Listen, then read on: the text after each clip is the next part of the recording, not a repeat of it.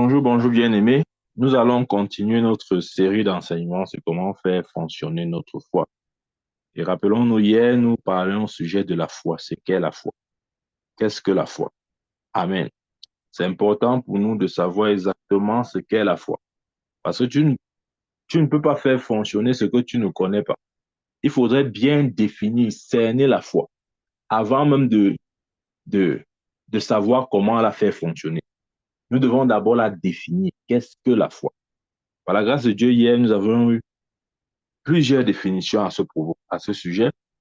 Je veux simplement revenir, je ne veux pas dire ce qui a été redit hier. Je nous encourage à réécouter l'enseignement d'hier.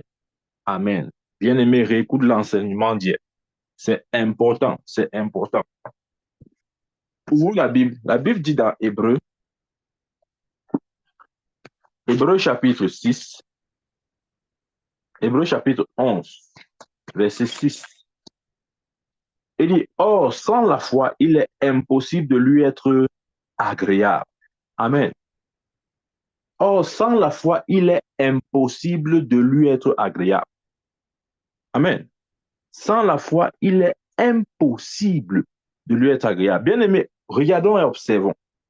Quand nous lisons la Bible, c'est important de ne pas seulement lire ce qui est écrit, mais il faudra aussi lire ce qui n'est pas écrit pour bien comprendre ce qui est écrit.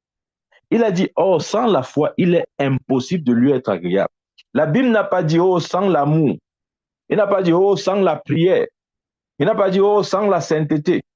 Il n'a pas dit, oh, sans la justice. Amen. Il a dit, oh, sans la foi, il est impossible de lui être agréable. Amen. Mhm. On n'a pas dit, oh, sans l'amour, on aime bien ça. Oh, sans la prière.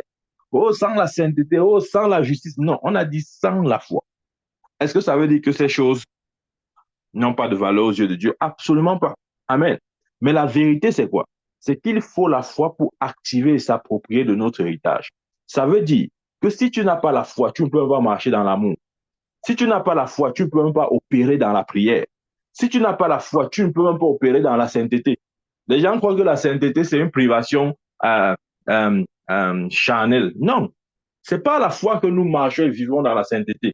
Ça n'a rien à voir avec ta volonté personnelle. Bien-aimé, je veux te dire, si ta sainteté est le résultat de tes efforts charnels, c'est vain, c'est rien du tout. Amen. Observe bien. Quel que soit le domaine où le péché qui a tendance à te tirer vers le bas, tu ne peux avoir la victoire sur ce péché que lorsque la foi est actionnée.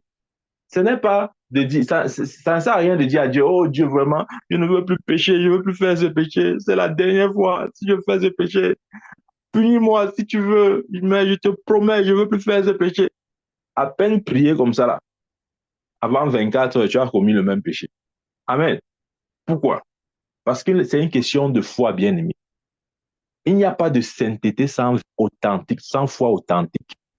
C'est ça que j'ai un problème avec le message de la sainteté. Quand on présente la sainteté sans mettre la foi, on entre dans les œuvres et on crée les chrétiens, on fabrique, on façonne des chrétiens hypocrites. Amen. Ils auront une sainteté apparente, une sainteté qui se manifeste quand le pasteur est là. Quand le pasteur n'est pas là, on devient normal. Amen. Pourquoi?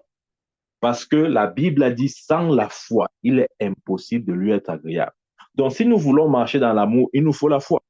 Si nous voulons marcher même dans la prière, il nous faut la foi. Amen. Rappelons-nous, les disciples voulaient prier pour chasser ce démon. Ils ont prié, le démon n'est pas parti. Et Jésus a dit quoi? C'est à cause de votre incrédulité. Donc, en d'autres termes, c'est à cause de votre foi. La foi, là, c'est ça le problème. Ce n'est pas votre prière, c'est la foi. Bien aimé, des fois, les gens pensent que non, ils ont un problème avec la prière. Tu n'as pas un problème avec la prière, pas forcément. Tu as probablement un problème avec la foi. Parce que c'est la foi qui fait fonctionner la prière. Ce n'est pas la prière qui fait fonctionner la foi. Amen.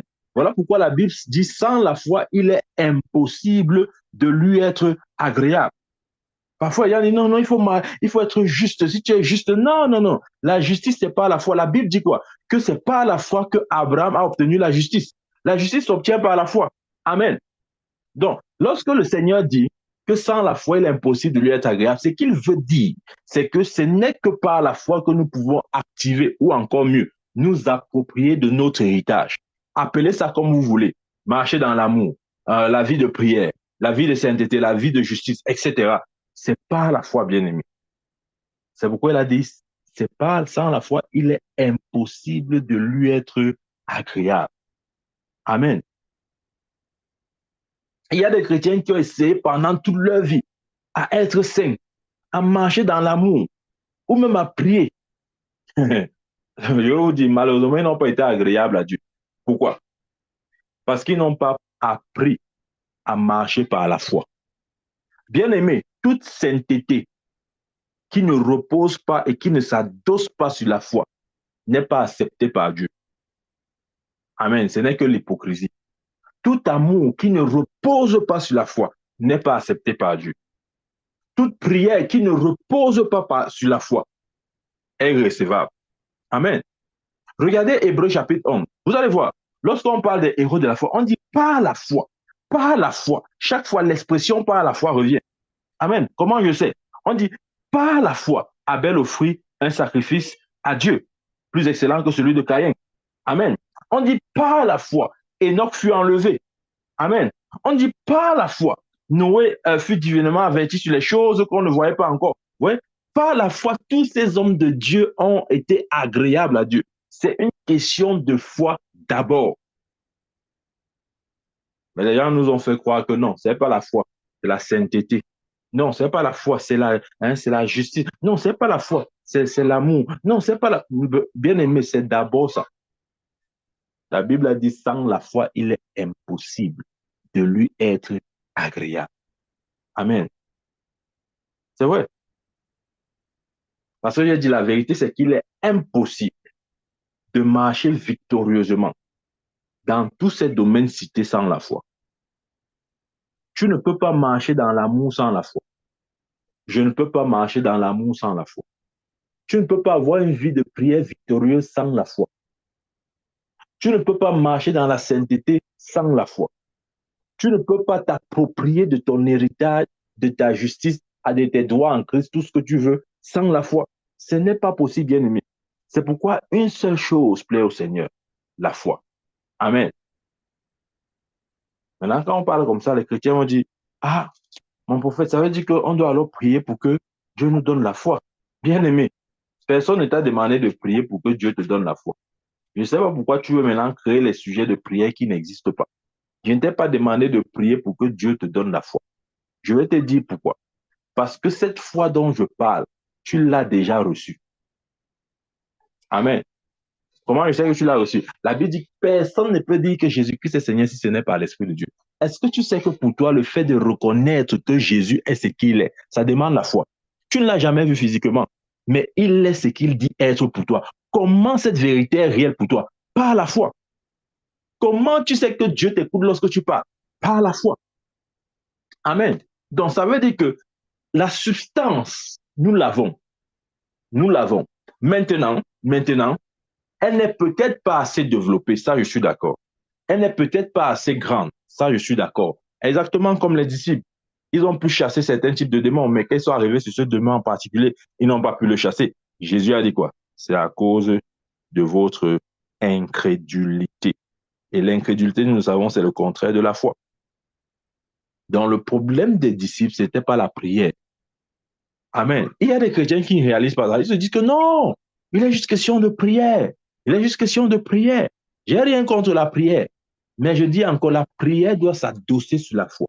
Parce que la foi, c'est le socle, c'est la fondation, c'est la base. Amen. Et j'ai dit tout à l'heure, tu n'as pas besoin de dire, oh Seigneur, donne-moi la foi. Tu as déjà la foi. Tu ne peux pas être né, tu peux pas naître de nouveau sans la foi. C'est impossible. Amen. Comment je le sais? Romains chapitre 12, verset 3. Il dit, par la grâce qui m'a été donnée, je dis à chacun de vous de ne pas, à chacun de vous de n'avoir pas de lui-même une trop haute opinion, mais de revêtir des sentiments modestes. Selon, écoutez bien, c'est la fin du verset qui nous intéresse, selon la mesure de foi que Dieu a départie à chacun. Bien aimé, On a dit selon la mesure. On n'a pas dit selon une mesure, on a dit selon la mesure. Article défini, ça veut dire quoi? Ça veut dire que Dieu, selon ce verset, a départi à chacun la mesure de foi. Amen. Et cette mesure, tu l'as. Parce que si tu ne l'avais pas, tu n'allais pas naître de nouveau. La Bible dit, nous sommes sauvés par grâce, par le moyen de la foi. Éphésiens 2, verset 8. Vous êtes sauvés par grâce, par le moyen de la foi. Donc, tu ne peux pas naître de nouveau sans la foi dans ton cœur. C'est impossible. Autrement dit, tu n'es pas né de nouveau. Tu ne lui appartiens pas. Parce que la chose qui prouve que tu appartiens à Dieu, c'est qu'il a mis en toi sa sémence. La sémence de Dieu, c'est la foi. Comment je sais? Tout ce qui est né de Dieu triomphe du monde. Si tu es né de Dieu, Dieu t'a condamné à la victoire. Tout ce qui est né de Dieu triomphe du monde. Et la victoire qui triomphe du monde, c'est notre foi. Ouais. Là-bas, Jean appelle la foi la victoire. Parce que nous sommes nés de Dieu, nous marchons dans la victoire. Et notre victoire, c'est la foi. Nous triomphons de toutes choses par la foi. Sans la foi, il est impossible de lui être agréable. Amen. Donc, bien aimé, je le dis encore, il n'est pas question de dire, oh Seigneur, donne-moi la foi. Non. Il est plutôt question de dire, Seigneur, comment est-ce que je fais fonctionner cette foi? Amen. Et c'est ce que nous allons voir tout au long de cette série. Il n'est pas question de dire, oh Seigneur, donne-moi la foi. Non. Il est question de dire comment est-ce qu'elle fonctionne. Ce que j'ai reçu, la mesure de foi qui est en moi, comment je peux la faire fonctionner? Amen. Comment je peux la faire fonctionner? Qu'est-ce qui fait fonctionner cette foi que Dieu a déposée en moi? Amen. Bien-aimé, il dit qu'il faut la foi pour naître de nouveau. Regarde, est-ce que tu sais que il faut la foi pour croire que les Écritures sont la parole de Dieu? Ça demande la foi. Je vais te dire pourquoi ça demande la foi. Parce que ni toi ni moi, personne de nous était là quand on écrivait la Bible. Mais nous recevons et nous acceptons ça comme parole de Dieu. Nous n'étions pas là lorsqu'elle a été écrite. Mais pour nous, elle est réelle. Comment est-ce qu'elle est réelle pour nous? Par la foi. Nous savons que ce qui est écrit dans la Bible, c'est la vérité absolue et totale. Et il est impossible qu'il y ait une faute quelconque, contrairement à ce que les gens pensent et disent. Mais non, il y a les erreurs dans la Bible. Il y a quelle erreur dans la Bible? L'être humain doit être humble. Un jour te dépasse, tu restes tranquille. Amen. Dieu est exact. Regardez, pour voir à quel point notre Dieu est précis, regardez la création. Regardez comment, n'allons même pas loin, restons sur la terre. Regardons comment les océans, les mers sont agencés. J'oublie le nom, il y a deux océans là, de couleurs différentes, mais leurs eaux ne se mélangent jamais. Les couleurs sont bien différentes lorsque vous voyez ça. Mais ça ne se mélange jamais. La Bible a dit, Dieu a dit à Job qu'il a délimité les limites. Il a posé les limites de la mer. Amen. Donc, ça veut dire que Dieu opère dans une précision extrême, bien aimée. Ne croyons pas que Dieu, c'est un Dieu de hasard. Non, il n'y a pas le hasard. Regardez la création. Est-ce que vous savez qu'il suffit juste qu'un seul élément soit déplacé pour que tout l'ensemble, tout l'écosystème, tout le visible entre dans le chaos? Mais Dieu maintient ces choses par des lois qui dépassent même la physique. Quand il dit la physique, c'est-à-dire l'entendement humain. Amen. C'est ça notre Dieu bien-aimé. Regardons la loi de la gravité. Regardons comment tout est agencé, ordonné. Quand nous sortons alors de la Terre, c'est le chaos. Regardez comment les planètes sont. Regardez la Lune, la position du Soleil. Est-ce que vous savez que cette position-là, c'est la bonne position? Parce que si le Soleil se rapproche un peu plus, la vie serait impossible sur la Terre. Et si elle s'éloigne, et si le Soleil s'éloigne plus, la vie sera encore impossible parce qu'il fera froid. Amen. Si c'est trop proche, il fera très chaud que les hommes vont griller. Donc Dieu a calculé au millimètre près la distance qu'il faut entre le Soleil et la Terre pour que les hommes vivent. Il a créé les galaxies, toute cette constellation, le Soleil, la Lune, les étoiles, tout ça. Il a créé ça avec précision et exactitude. Donc, vous voulez me dire que la création de Dieu est plus précise que sa parole? Non, ce n'est pas possible. Encore que la Bible dit que Dieu a créé toutes choses par sa parole puissante. Donc, ça veut dire que si nous reconnaissons que la création a été faite avec perfection, nous reconnaissons aussi que sa parole est parfaite. Mais comment est-ce que nous reconnaissons que sa parole est parfaite? Bien aimé, c'est pas la foi. Je veux simplement te dire que la sémence là est déjà en toi. Mais pendant cette série d'enseignements, Je te montrerai comment la faire fonctionner. Je veux d'abord que tu admettes que cette substance, cette preuve est en toi. La Bible dit la foi est la substance, l'évidence. Amen. C'est très important. La foi est fondamentale. La foi, c'est la fondation. Est-ce que vous savez qu'il est impossible de venir à Dieu sans la foi? Sans la foi, personne ne peut venir vers Dieu. Non, ce n'est pas possible, bien-aimé. Qui que tu sois, tu ne peux pas t'approcher de Dieu sans la foi. Non, non, non, non. Absolument non. Voilà pourquoi il te donne la foi pour te rendre capable de t'approcher pour te rendre capable de t'approcher vers lui. Parce que sans la foi, tu ne peux pas t'approcher vers Dieu. Amen. C'est pas la foi que nous nous rapprochons de lui. Ça veut dire quoi nous nous rapprochons? Nous avons la communion. Nous avons la relation. C'est pas la foi. Parce que si vous voulez voir humainement, Dieu aux yeux physiques, à notre œil, à l'optique là, il n'existe pas. Parce que vous n'allez pas voir un Dieu comme vous voyez peut-être les hommes marcher sur la terre. Non, vous n'allez jamais voir Dieu comme ça. Dieu est un esprit. En tant qu'esprit, ça veut dire quoi? Il opère avec la foi.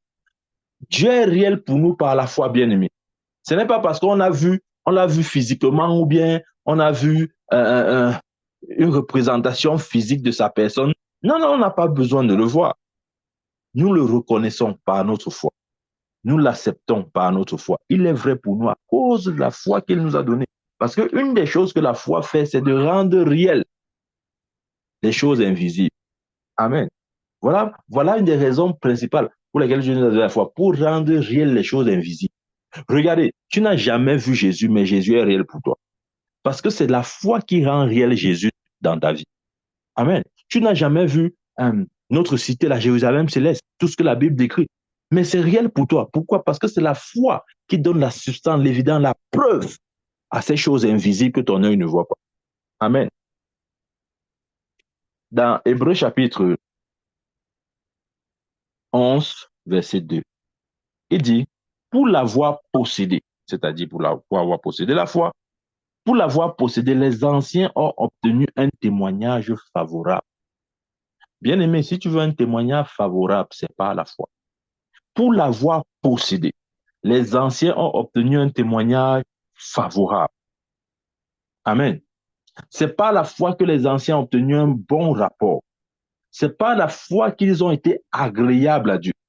Je nous encourage à lire tout le livre d'Hébreux, chapitre 11. Nous allons voir. C'est pas la foi qu'ils ont tous plu au Seigneur. Parce qu'il a dit, car sans la foi, il est impossible de lui être agréable. Amen. C'est pas la foi qu'ils ont accompli des exploits.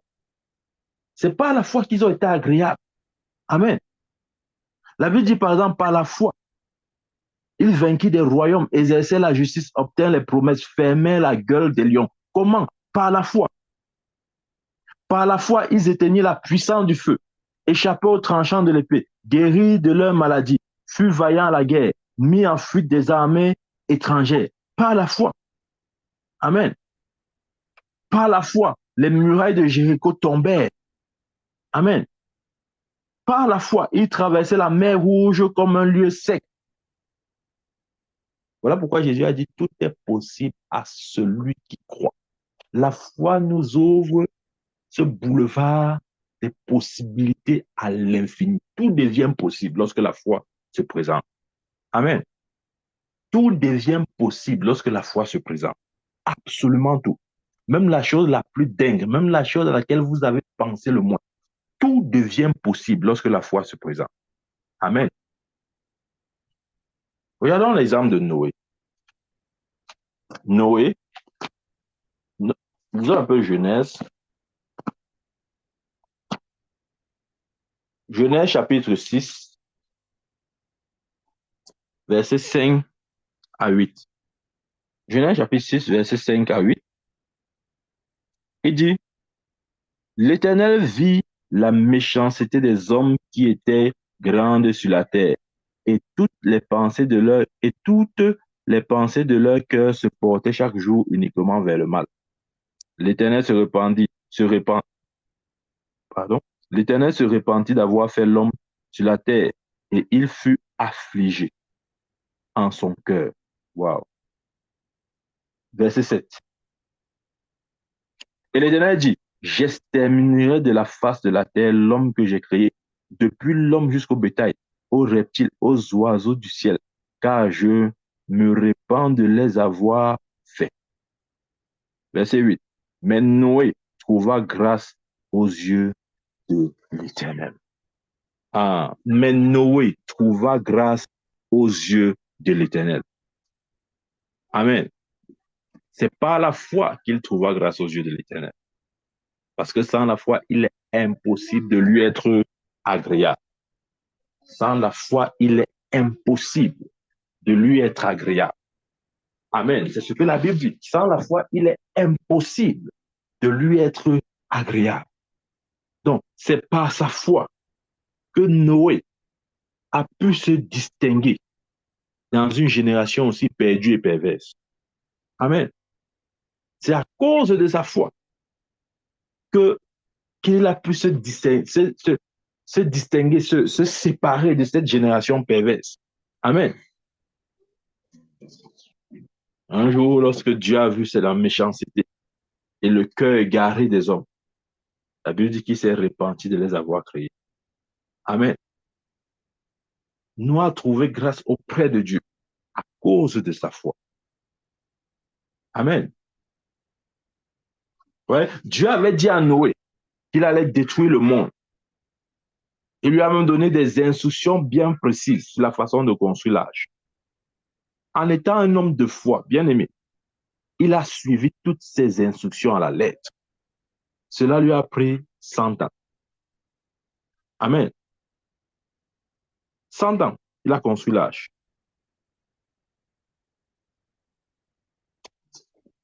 Matthieu chapitre 11, verset 7. Matthieu chapitre 11, verset 7. Il dit,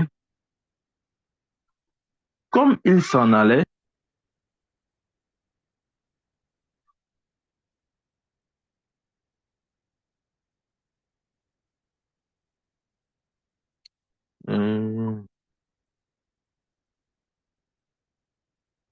nous allons voir maintenant l'exemple d'Abraham.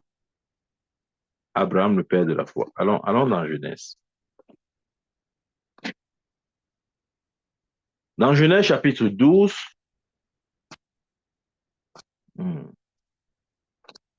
la Bible présente Abraham comme étant le père de la foi.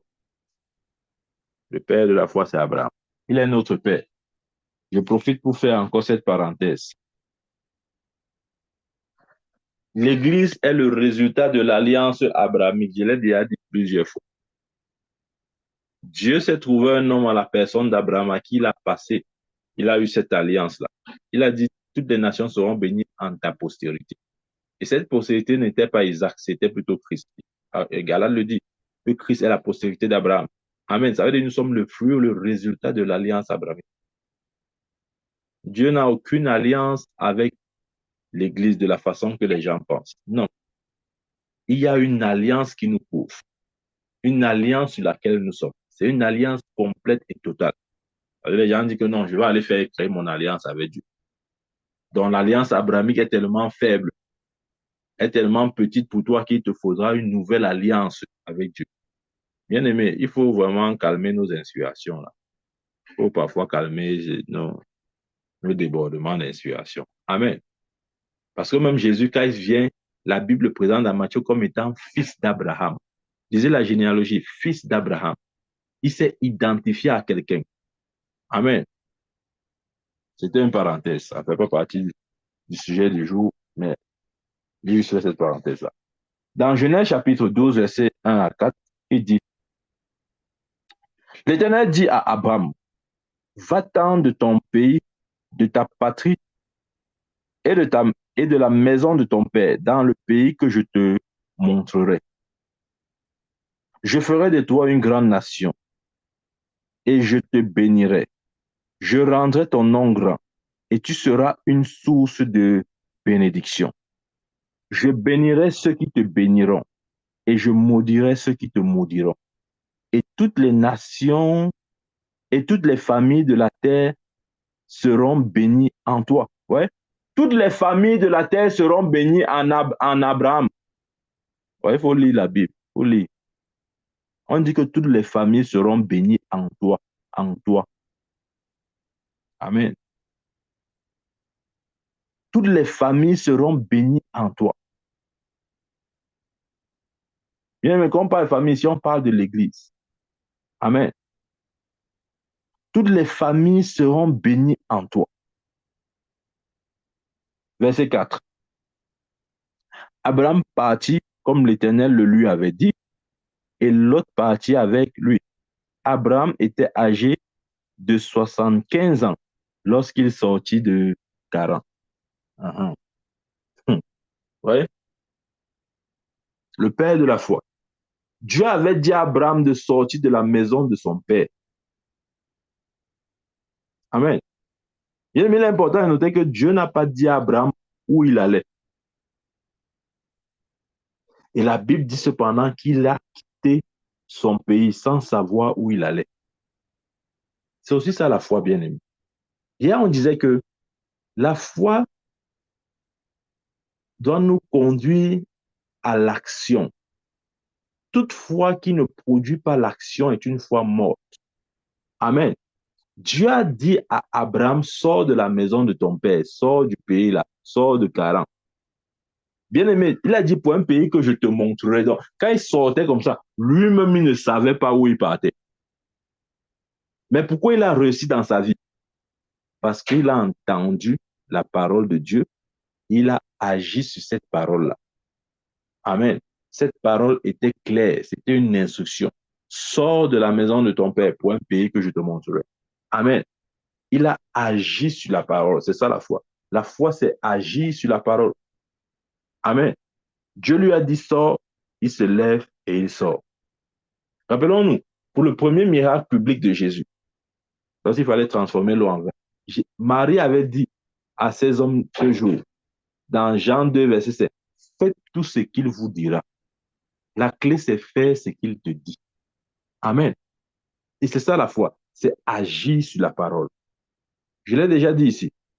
L'eau qui a été changée en vin, ce n'est pas l'eau du robinet, ce n'est même pas l'eau du puits. C'est l'eau sale, issue du lavage des pieds et des mains. Parce que ça faisait partie des traditions juives. Se laver les pieds et les mains avant d'entrer dans la maison. Amen. Quel risque? Tu pars donner de l'eau sale à l'ordonnateur du repas. Humainement parlant, si ça ne se transforme pas en vin, tu vas ressembler à quoi? Quelqu'un t'invite à sa fête et tu viens lui présenter l'eau, même pas l'eau du robinet, même pas l'eau du puits, l'eau sale, l'eau des mains et des pieds. Mais parce que c'était une instruction, parce que c'était une parole remplie, chargée de la puissance créatrice de Dieu pour produire et manifester n'importe quel type de miracle. Ils ont agi simplement. Et nous savons la suite. L'eau sale a été changée en vin. Amen. Dieu dit à Abraham, lève-toi, va dans le pays que je te montrerai. Il ne savait pas où il allait. La Bible dit qu'il est quitté. Il est quitté de Charan. Pour aller où? Personne ne sait. Amen. C'est ça la foi, bien-aimée. Dieu a dit, lève-toi, sors dans le pays où je te montrerai. L'instruction avait été donnée. L'instruction a dit, sors, il sort. Oh, bien-aimé, j'en sais quelque chose sur ce point. Je vais vous dire comment Dieu conduit notre vie. Dieu va te conduire par des instructions. Écris ça, écris. Écris ce qu'il vient de dire là. Je dis, hein, écris ce qu'il vient de dire là. Dieu nous conduit par des instructions. Amen. C'est comme ça que Dieu nous conduit, bien-aimés. Et ces instructions, nous pouvons les recevoir, soit directement de l'Esprit de Dieu, parce qu'il est en nous. Nous pouvons les recevoir aussi directement de la parole de Dieu. Amen. Et quand l'instruction est donnée, jusqu'à ce que tu agisses sur l'instruction, tu ne vas rien voir de surnaturel dans ta vie. Le problème de beaucoup de chrétiens, c'est que nous entendons l'instruction, mais nous raisonnons. Nous réfléchissons, nous montrons à Dieu que non, vraiment, l'instruction là n'est pas vraiment correcte parce qu'il ne tient pas compte de tel aspect, il ne tient pas compte de tel autre aspect. Vraiment, ce n'est pas ce n'est pas sage, ça doit d'abord attendre, ça doit mûrir. Bien aimé, euh, est-ce que Dieu sait où même? Dieu me dit seulement sors, sors de la maison, mon père, il veut partir où? Hein? Est-ce que c'est Dieu? Comment Dieu te dit sors? Il ne te dit pas où il part. Il doit te dire où il part. Hein? Après, on va commencer à justifier. Que même Israël, quand il sortait d'Égypte, n'est pas, il savait au moins qu'il partait à Canaan. Dieu avait déjà montré Canaan à Moïse. Hein? Moïse les conduisait à Canaan.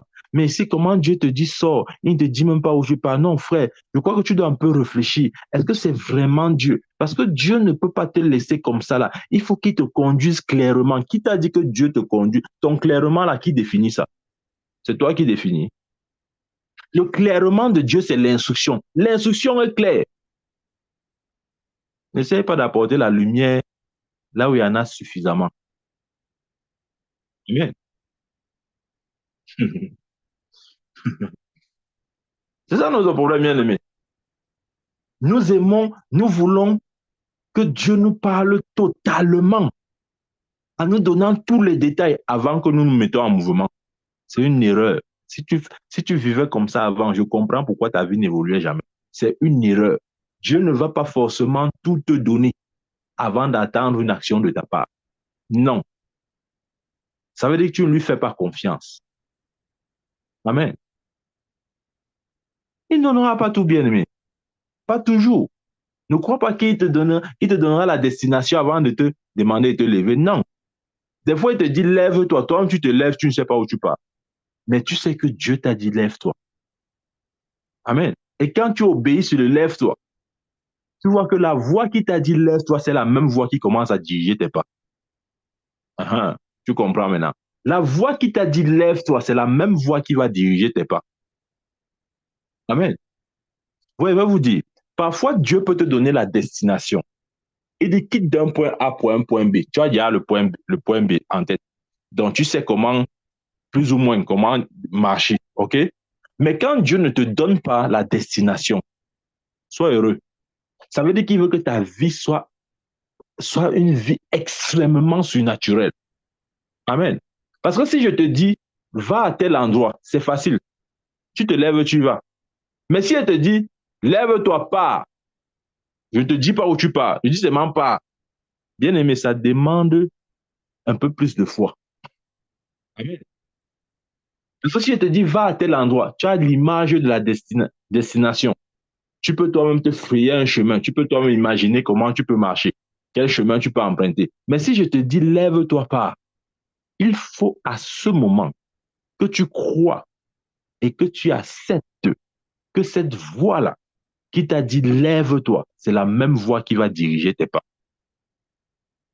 Bien. La Bible dit dans Hébreu chapitre 11, verset 8,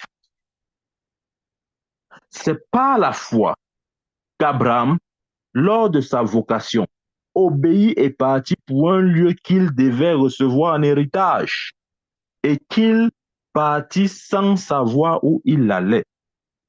Relisons encore ça. Relisons encore ça. Il dit, c'est par la foi qu'Abraham, lors de sa vocation, obéit et partit pour un lieu qu'il devait recevoir en héritage et qu'il partit sans savoir où il allait. Hmm.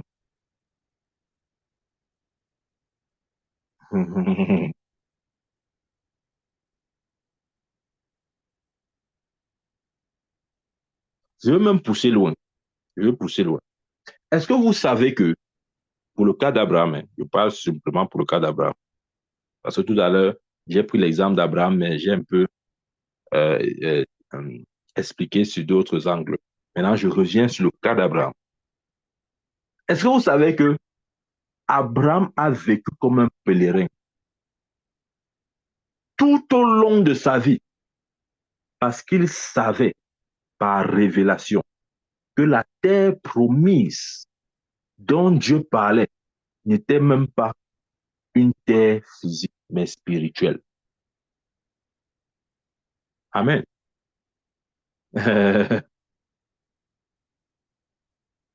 Il savait que la terre promise, oui, ouais, les gens vont dire, mais la terre promise, c'est Canaan. Non, c'est beaucoup plus que Canaan. Il a vu plus loin que Canaan. Amen. Dieu ne parlait pas physiquement, mais spirituellement. Il a vu plus que la terre physique, Canaan. Non, non, non. Amen. Il a vu plus loin. Il a vu plus loin. Il a vu plus loin. Il avait cette révélation. Il savait que la terre promise, dans la dimension de l'éternité, ce n'est pas Canaan qui est en Israël. Là. Non, ce n'est pas ça.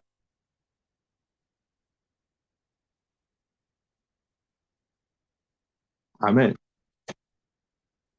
Donc, bien aimé, c'est important pour nous de faire confiance au Seigneur.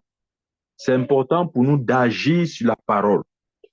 C'est important pour nous de considérer Dieu avec tout le sérieux possible, sachant qu'il n'est pas un homme pour mentir. Dieu nous conduit par des instructions. Amen. Il nous conduit par des instructions. Si nous ne sommes pas prêts à agir sur les instructions de Dieu, il nous sera impossible de faire fonctionner notre foi. Amen. Regardez, comment on appelle même ça? Ouais, les allumettes. OK. Quand tu as une bûchette d'allumettes, tu ne peux pas voir le feu juste parce que tu as la bûchette d'allumettes. Il faut frotter ça sur la partie de la boîte qui est un peu, vous voyez l'endroit là. Je ne sais pas comment on appelle le produit chimique là. Vous voyez ce que je veux dire? Voilà.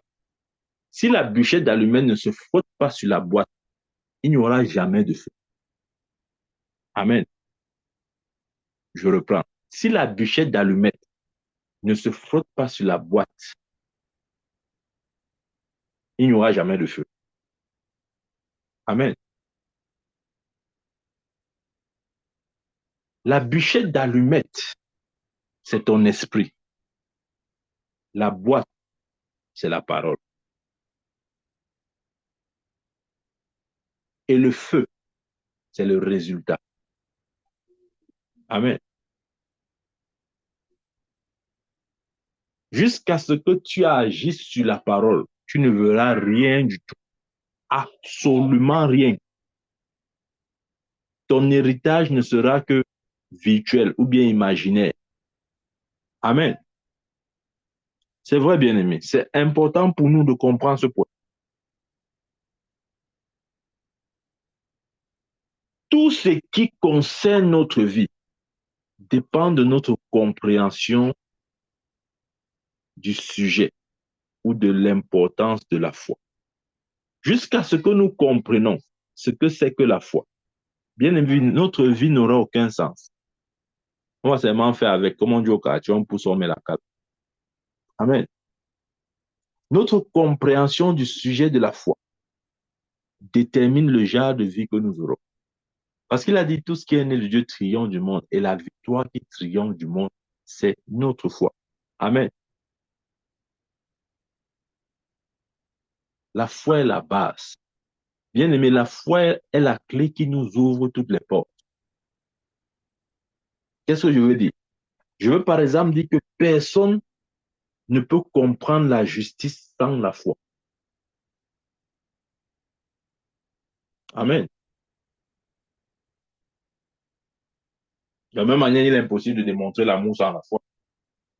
Nous avons besoin de comprendre la justice par la foi. Amen. Parce que la Bible dit, par exemple, que la foi agit par l'amour. Mais dans l'autre sens, on peut aussi dire l'amour agit par la foi.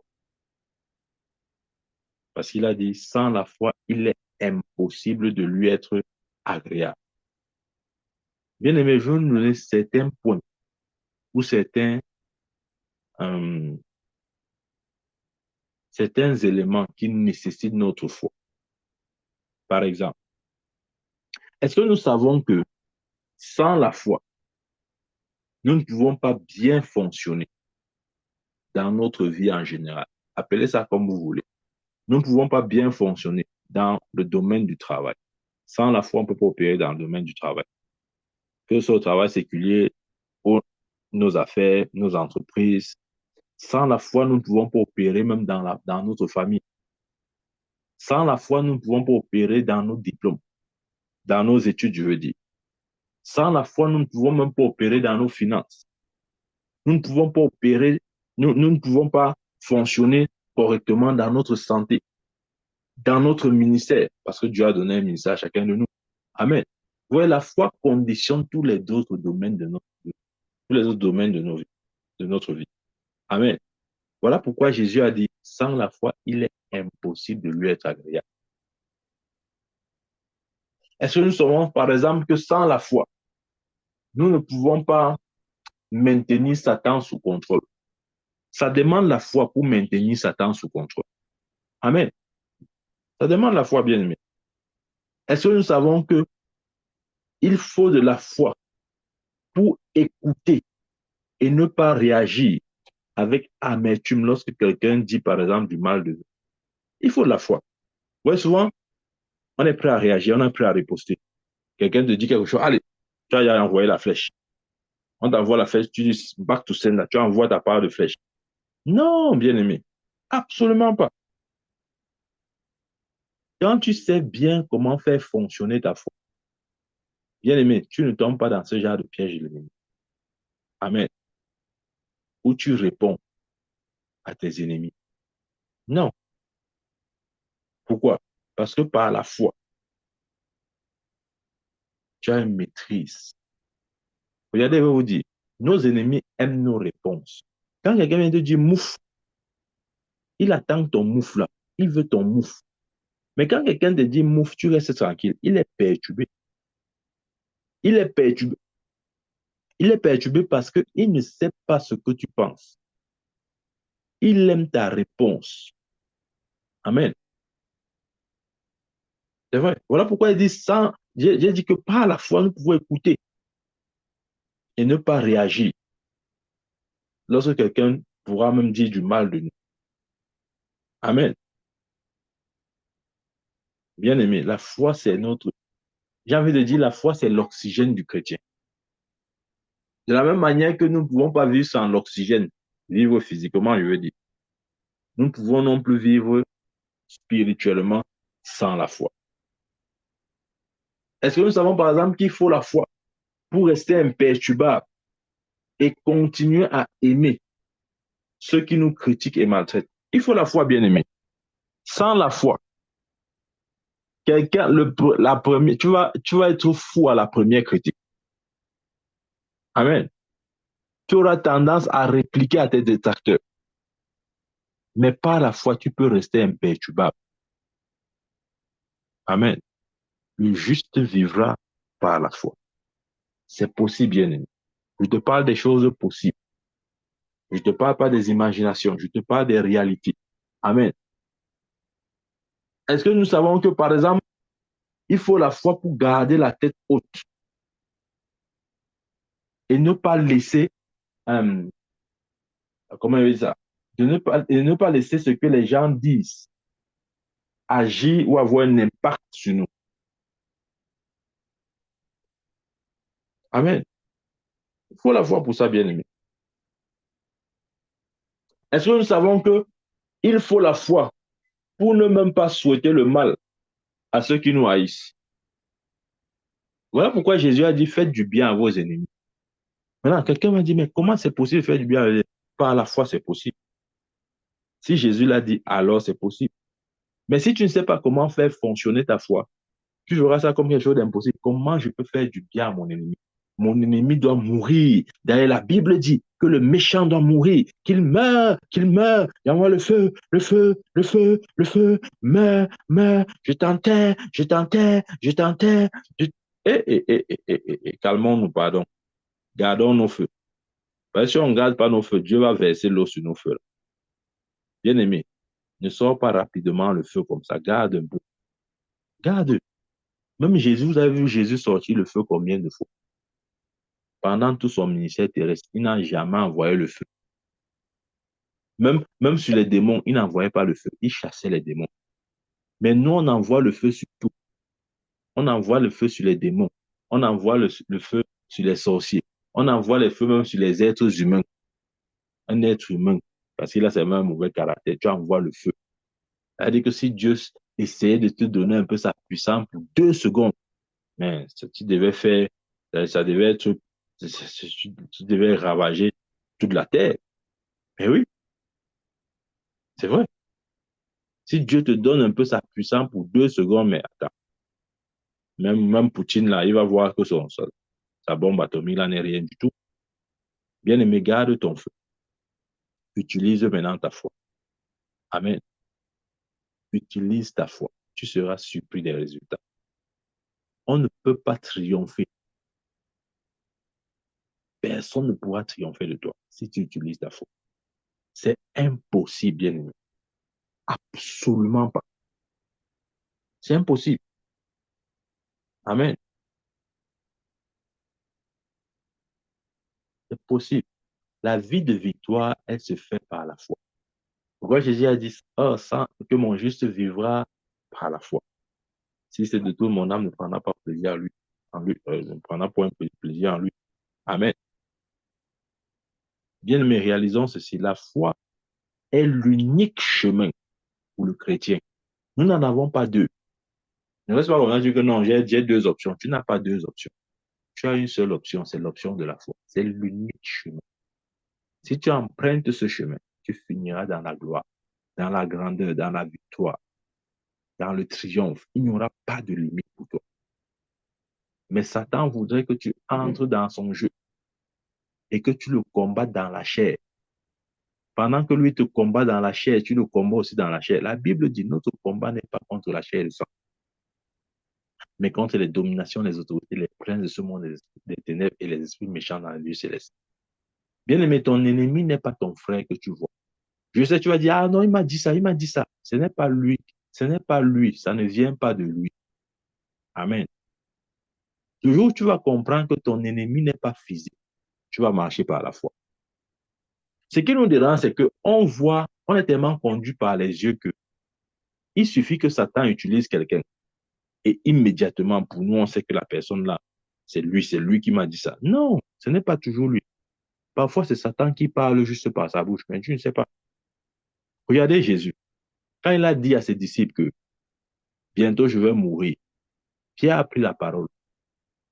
Il a dit jamais, tu ne mourras pas. Jésus a dit quoi? Arrière de moi, Satan. Il a réprimandé Satan alors que c'était la bouche de Pierre qui avait parlé. Pourquoi? Parce que dans la foi, tu discernes ton véritable ennemi. Ton ennemi, ce n'est pas Pierre. Jésus a compris que son ennemi n'est pas Pierre. Son ennemi, c'est Satan. Voilà pourquoi il a dit, arrière de moi, Satan.